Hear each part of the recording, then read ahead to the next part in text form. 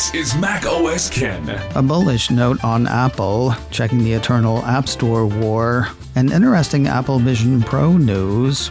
It is Wednesday, the 22nd of October, 2025. I'm Ken Ray, and this is news from Mac OS Ken, brought to you by yours truly and supported by people like you, patrons through Patreon. Find out more and add your support at patreon.com/MacOSKen. Excited as investors have been about Apple recently, one analyst thinks the street is underestimating iPhone 17. Want to guess which one? Why, it's Wedbush analyst Daniel Ives. Apple 3.0 ran part of a note Ives wrote on Tuesday. Checks by his firm show strength for the iPhone 17 line around the world, though the come on get happy part is centered on China. Further improvement in the Middle Kingdom is a key theme for Apple, according to Ives, as this core region has been a persistent growth headwind over the past year, and now reversing in a positive direction. The way he sees it, with Apple on the doorstep of joining Nvidia in the $4 trillion market cap club, it's clear that Cook & Company have finally found success with iPhone 17, and now the street awaits for the grand strategic AI roadmap to be unveiled. Strength for iPhone 17 plus double-digit services growth make the street's fourth quarter expectations very beatable in Ives' estimation. The analyst has an outperform rating on Apple shares. His price target on the shares is $310. New intraday and closing highs for ticker symbol AAPL, by the way. Shares got as high as $265.29, though gave back about 2.5. They closed Tuesday up 53 cents, ending the day at $262.77. You know what I hate most about the App Store? All of the bickering, by which I mean legal battles that span the globe. We start in the States, where a piece from Apple Insider says Apple and Epic Games are headed back to court. And once again, the site says Apple is contesting the 2021 ruling demanding it allow outside links to cheaper payment options. Yet the ruling happened in 2021, though the court didn't enforce it until 2024. Earlier this year, though, U.S. District Judge Yvonne Gonzalez-Rogers ruled that Apple's 2024 system of compliance willfully violated her order to open its App Store to alternative payment methods. Now, Apple is headed to a U.S. federal appeals court to contest that order. Next stop, Luxembourg. There, Bloomberg finds Apple lawyer Daniel Beard telling an EU General Court that the Digital Markets Act imposes hugely onerous and intrusive burdens at odds with Apple's rights in the EU marketplace. Hey, you know what? Could we just not, maybe? Or can I just go off for a moment? One of the EU's lawyers is said to have indicated that Apple's absolute control over the iPhone has allowed it to generate supernormal profits in complementary markets where its competitors are handicapped and cannot compete with it on an equal footing. I know it was a long time ago, but there used to not be an iPhone. And some scoffed and thought it was ridiculous to think that Apple, which knew nothing about phones, had any shot. For the first year there was an iPhone, there was no App Store. For the first 6 years there was an App Store, there was no Apple Music. When iPhone hit, nothing was going to take down BlackBerry and Nokia. Then something did. To argue that competitors cannot compete in hardware, systems, or services either lacks imagination or is disingenuous. It just screams, we don't have any better ideas, and it's not fair that we can't have more of the market for which Apple paved the way. 30% was considered more than reasonable when the App Store launched. If suddenly all commissions were down to 10%, how long do you think it would be before 10% was considered onerous? Can't sell your stuff on Amazon for free, can't put your game on Xbox for free, can't sell emotes in Fortnite without giving a commission. These fights just look like turfed up stuff from successful companies resentful having to pay anybody besides shareholders. Yeah, maybe we should have stuck with, can we just not?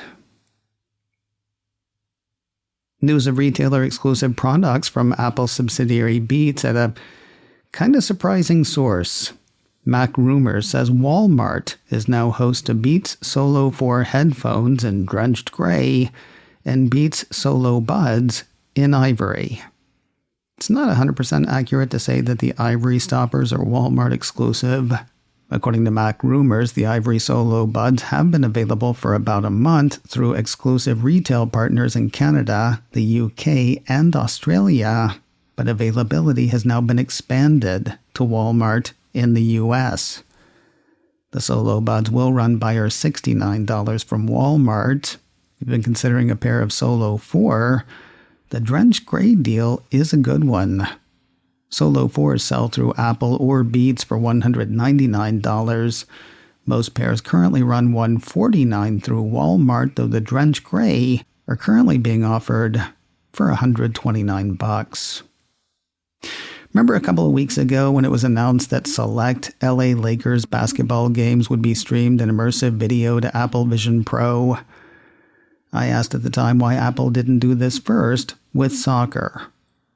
Now it looks like they may be looking into it. A piece from Upload VR cites a report from a news outlet in Spain claiming Apple installed more than 100 cameras in Real Madrid's stadium to privately test broadcasting to the headset. That would seem to support a report just under a year ago that had the president of Real Madrid, one of the biggest football clubs or soccer teams in the world, wanting fans to be able to watch games in immersive VR.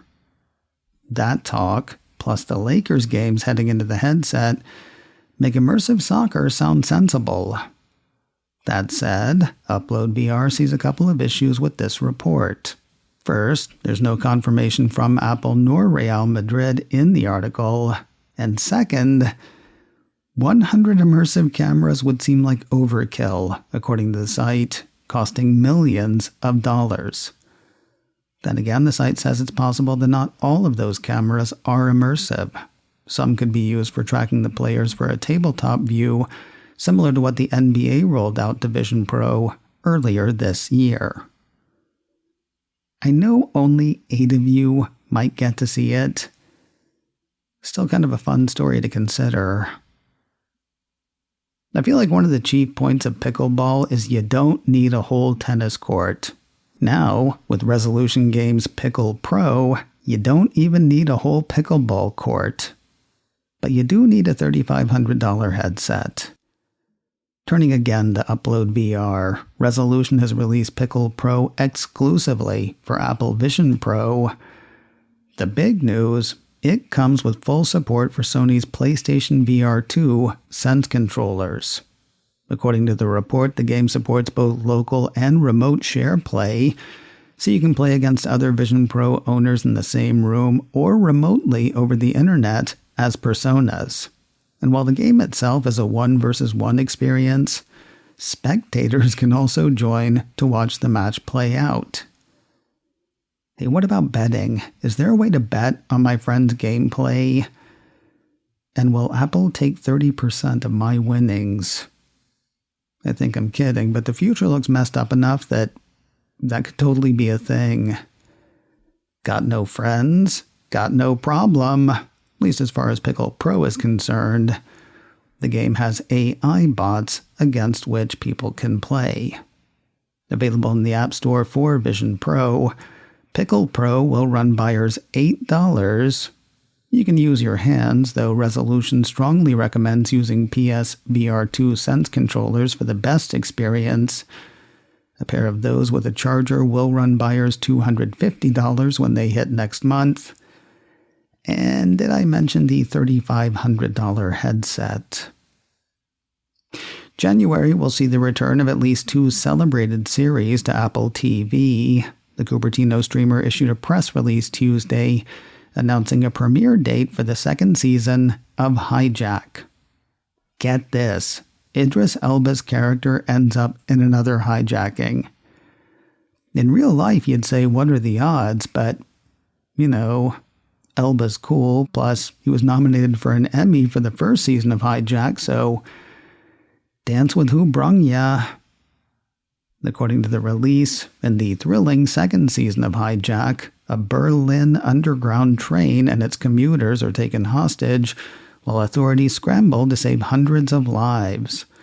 Elba's character is at the heart of the crisis on board, where one wrong decision could spell disaster. So it's like Hijack, but on a train and underground.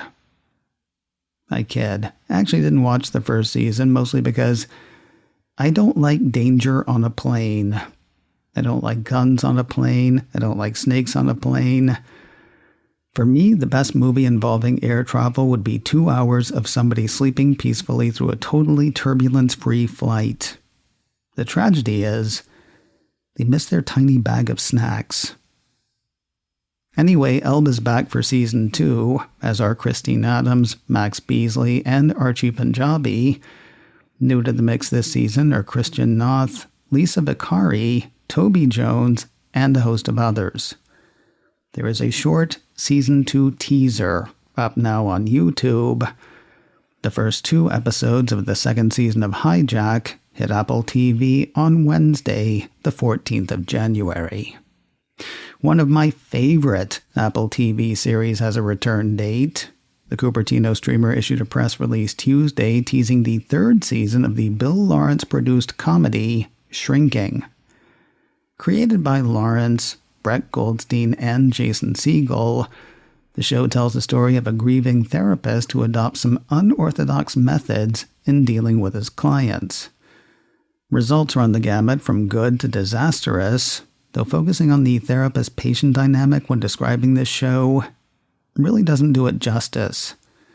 It's about family and friendship and dealing with aging and loss and illness. And believe it or not, it is funny. Then again, it should be. Lawrence is the driving force behind a number of notable comedy series like Scrubs, Bad Monkey, and Apple TV's first real breakout hit, Ted Lasso. Returning stars for Season 3 of Shrinking include Segel, Goldstein, Harrison Ford, Krista Miller, Jessica Williams, Wendy Malick, Kobe Smulders, Michael Urie, and others. New to the cast for Season 3, Jeff Daniels, and Michael J. Fox. The first 2 seasons of Shrinking are available to stream now on Apple TV, and if you haven't seen them, you do have time to get caught up. The 3rd season hits the Cupertino streamer with a 1-hour premiere on Wednesday, the 28th of January.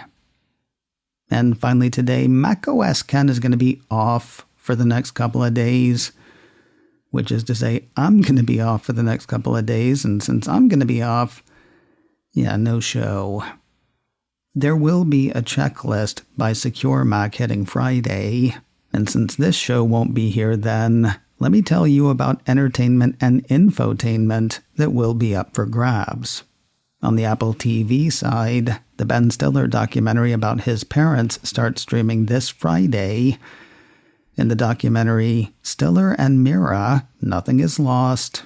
9 to 5 Mac says Ben Stiller tells the story of his parents, comedy icons Jerry Stiller and Ann Mera, exploring their impact both on popular culture and at home, where the lines between creativity, family, life, and art often blurred.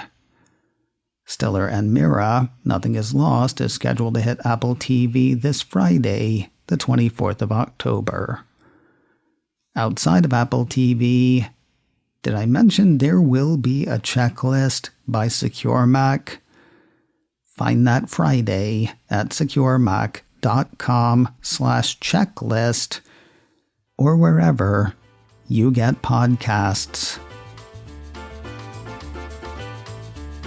macOS Ken, brought to you by me and supported by people like you, patrons through Patreon. Find out more and add your support at patreon.com/MacOSCan. Advertising handled by Backbeat Media, online at backbeatmedia.com. You can find me on Mastodon, MacOSCan at mastodon.social. You can also send me an email, info@macoscan.com.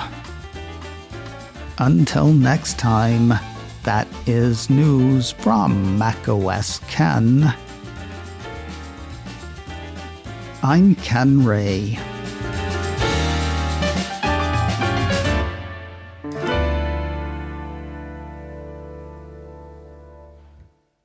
Ciao.